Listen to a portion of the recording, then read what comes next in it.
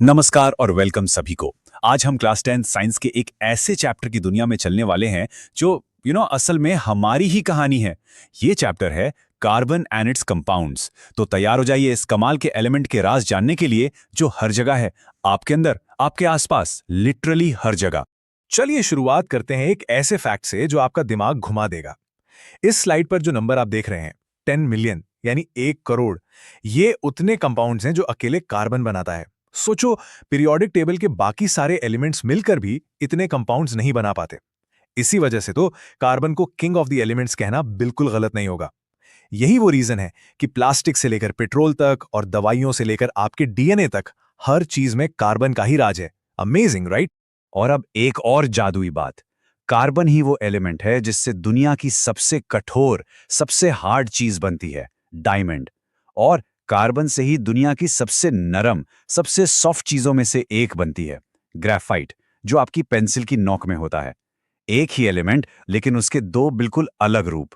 एक इतना मजबूत कि शीशे को काट दे और दूसरा इतना नरम कि कागज पर निशान छोड़ दे। कितना अजीब और इंटरेस्टिंग है ना? तो ये है हमारा आज का सफर। हम इन 6 इंपॉर्टेंट टॉपिक से गुजरेंगे।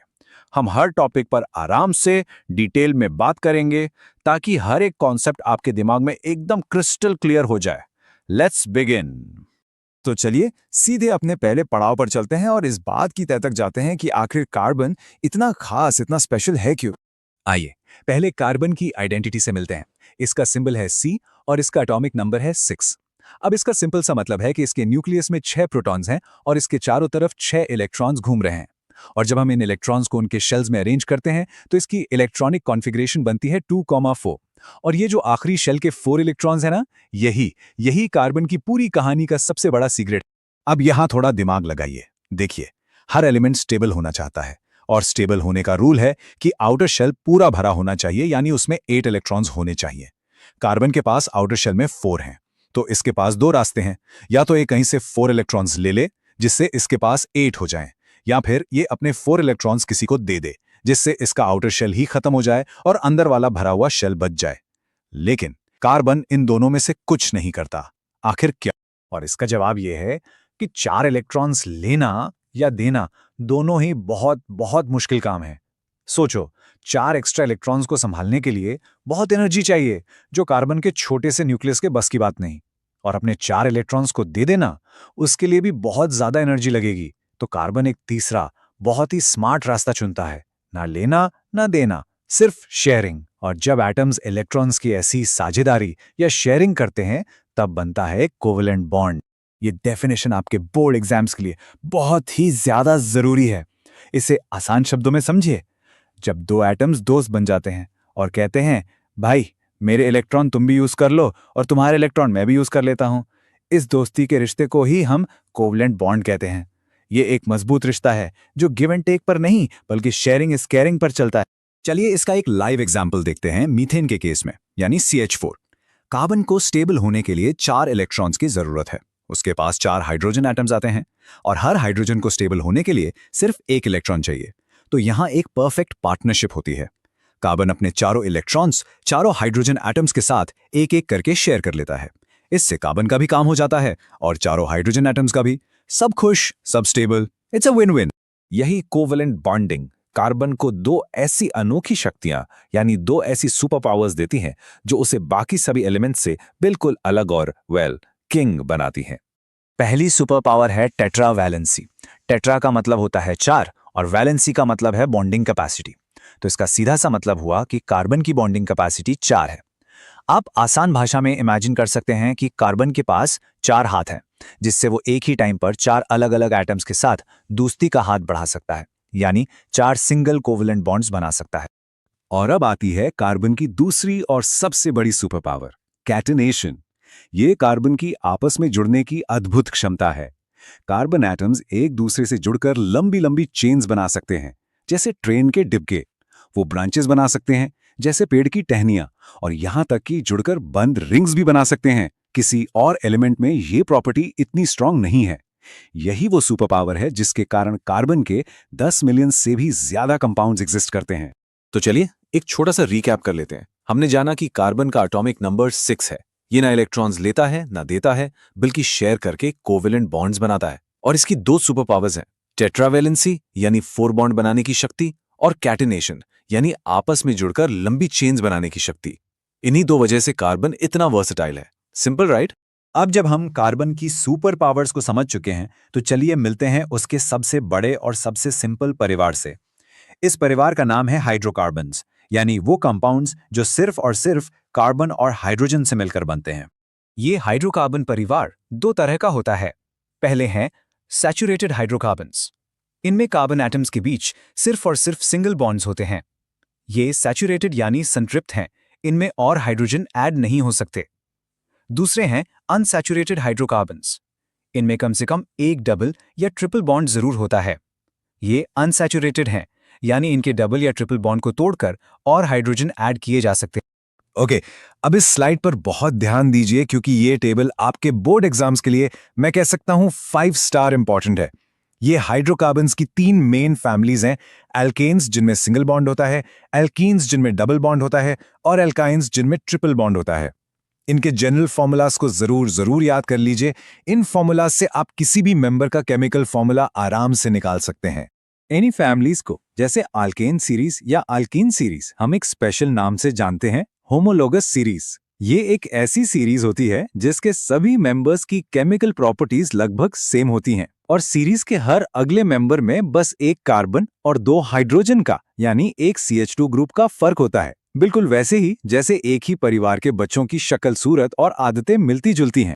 अच्छा, अब सोचिए, अगर इन सिंपल हाइड्रोकार्बन चेन्स से एक हाइड्रोजन हटाकर उसकी जगह कोई स्पेशल गेस्ट एटम या ग्रुप ऑफ एटम्स आ जाए तो क्या होगा? उस कंपाउंड की पूरी पर्सनालिटी, उसकी सारी प्रॉपर्टीज ही बदल जाएंगी। इन स्पेशल गेस्ट्स को ही हम फंक्शनल ग्रुप्स कहते हैं। जैसे अगर OH ग्रुप जुड़ जाए तो वो कंपाउंड एक अल्कोहल बन जाता है, और अगर COOH जुड़ जाए तो वो एक कार्बोक्सिलिक एसिड बन जाता है। इंटरेस्टिंग है ना? तो अब हम इस चैप्टर के उस हिस्से में आ गए हैं जहां हम देखेंगे कि ये कार्बन कंपाउंड्स आपस में कैसे रिएक्ट करते हैं। ये सेक्शन एग्जाम्स के लिए बहुत जरूरी है, तो पूरा फोकस यहां रखिएगा। Ready for some action? पहली और सबसे कॉमन रिएक्शन है कंबशन, जिसका आसान मतलब है जलना। जब भी कोई कार्बन का कंपाउंड ऑक्सीजन की प्रेजेंस में जलता है तो वो हमेशा 3 चीजें बनाता है: कार्बन डाइऑक्साइड, CO2, पानी, H2O, और बहुत सारी हीट और लाइट। आपके घर में जो LPG गैस जलती है या गाड़ी में जो पेट्रोल जलता है, वो सब कंबशन रिएक्शन का ही एक परफेक्ट एग्जाम्पल है। दूसरी रिएक्शन है ऑक्सीडेशन। इसका मतलब है ऑक्सीजन का जुड़ना।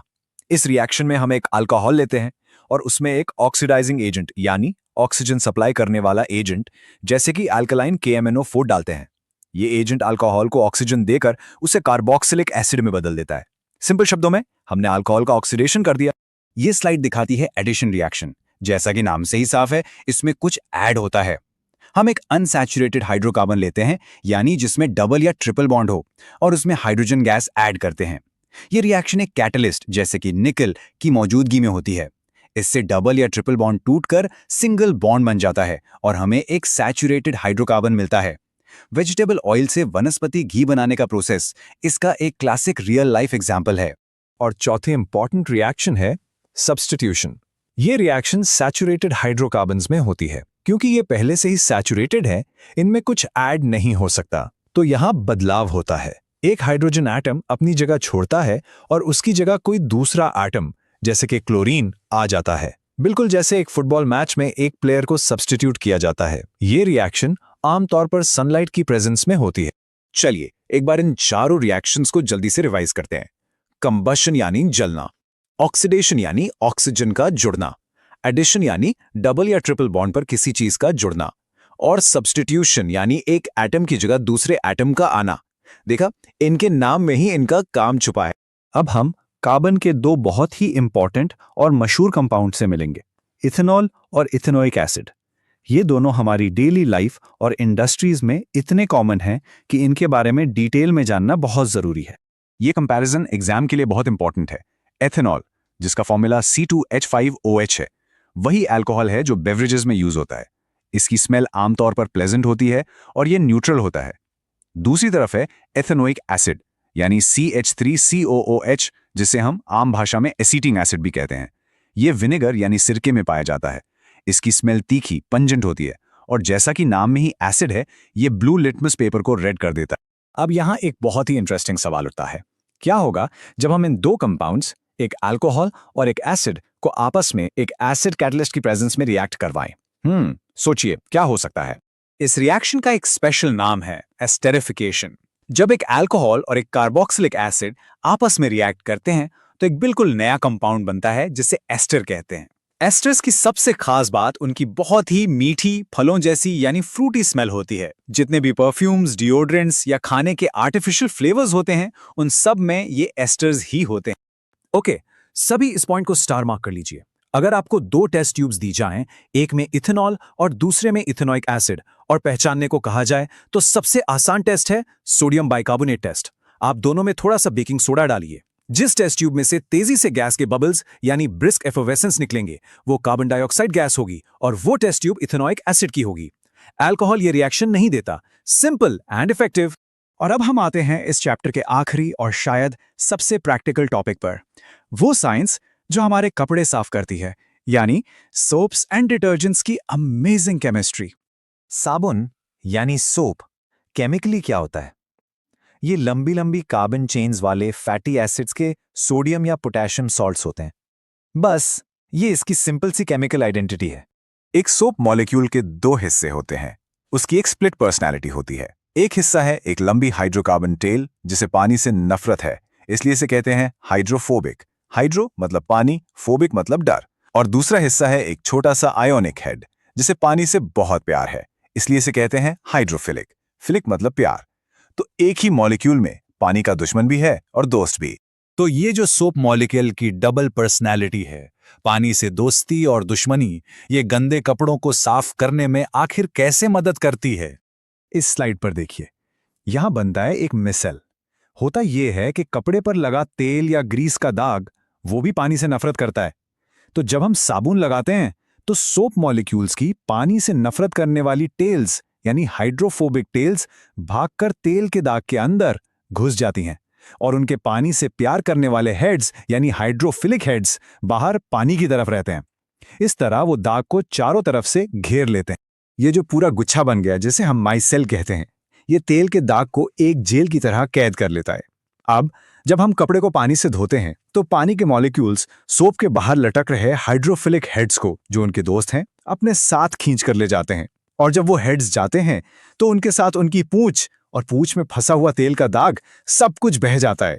And just like that the cloth is clean. लेकिन साबुन के साथ एक छोटी सी प्रॉब्लम है। अगर पानी हार्ड वाटर है यानी उसमें कैल्शियम और मैग्नीशियम के सॉल्ट्स घुले हुए हैं, तो साबुन उसके साथ रिएक्ट करके एक चिपचिपी चीज बनाता है जिसे स्कम कहते हैं। इससे झाग नहीं बनता और सफाई ठीक से नहीं होती। इसी प्रॉब्लम को सॉल्व करने के लिए बनाए गए हैं डिटर्जेंट्स। डिटर्जेंट्स हार्ड वाटर में भी स्कम नहीं बनाते और आसानी से झाग देकर सफाई करते हैं। तो ये था इस पूरे चैप्टर का सार। हमने कार्बन की वर्सेटैलिटी के राज जाने, हाइड्रोकार्बन्स के परिवार से मिले 4 जरूरी केमिकल रिएक्शन सीखी और साबुन के सफाई करने का जादू भी देखा। याद रखिए, केमिस्ट्री बिल्कुल भी मुश्किल नहीं है। ये बस हमारे आसपास की दुनिया को समझने का एक बहुत ही लॉजिकल तरीका है। हमने आज जाना कि कार्बन हमारी जिंदगी का, इस धरती पर मौजूद हर जीवन का आधार है। लेकिन इसकी कहानी यहां खत्म नहीं होती। सोचते रहिए, ग्राफीन जैसे सुपर स्ट्रॉन्ग मटेरियल्स या कार्बन नैनो ट्यूब्स जो इंसान के बाल से भी हजारों गुना पतले होते हैं, आने वाले वक्त में हमारी टेक्नोलॉजी और हमारी दुनिया को और कैसे बदल सकते हैं। हमेशा सीखते रहिए और हमेशा क्यूरियस बने रहिए।